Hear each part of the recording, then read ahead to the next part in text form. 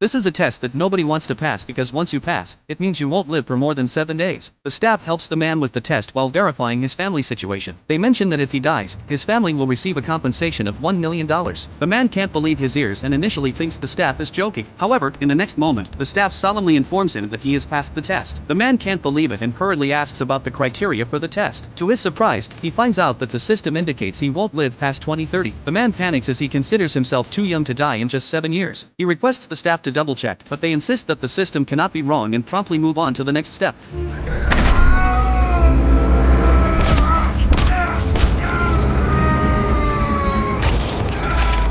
After 3 seconds, the man successfully receives a wristband. The staff reminds him that the wristband is synchronized with his biological signature and can only be removed after completing the task. If he attempts to destroy the wristband and escape the mission, he will be imprisoned, and his family will take his place to carry out the task. Once everything is explained, the staff gives him 24 hours to handle his personal matters before he must report back. The man is left speechless. He returns home and finds his wife, who breaks down in tears when she touches the wristband on his hand. She knows he is doomed. She urges him to find a way to escape, but the man insists he doesn't want to involve his family. Therefore, he feels he must participate in the mission. The reason behind all of this goes back to the Christmas from 11 months ago. On that day, all Americans were immersed in the joy of the holiday season. As usual, everyone celebrated Christmas cheerfully, getting ready to welcome the new year. They were watching a football game when suddenly the TV screen froze.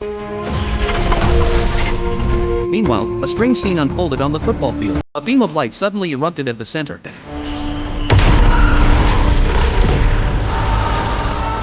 And within the light beam appeared a group of fully armed young people. Thinking it was a movie special effect, they were taken aback when a black leader stepped forward. He revealed that they were humans from 30 years in the future and engaged in a battle, not against humans, but against an unknown species of creatures. They didn't need prisoners, governments, technology, or money. They only needed food, and humans were their favorite delicacy. Now, human civilization was on the brink of collapse, and they needed help. They needed more soldiers. The leader emphasized that without assistance, they wouldn't last beyond 11 months, and humanity would vanish from the earth forever. In order to preserve human civilization, humans immediately mobilized and ventured into the future to fight the monsters. However, their hopes were soon dashed as the survival rate of the supporting forces was alarmingly low, reducing to only 20% within 7 days. Forced to recruit civilians to support the war, an agreement was reached among the world leaders. All individuals over 40 and predicted to die within 30 years were obligated to enlist for a 7-day service. They would be transported to the future through the previously seen wristbands, carrying out assigned tasks. If they survived after 7 days, the wristbands would automatically bring them back. John coincidentally met the eligibility requirements and, after receiving basic training,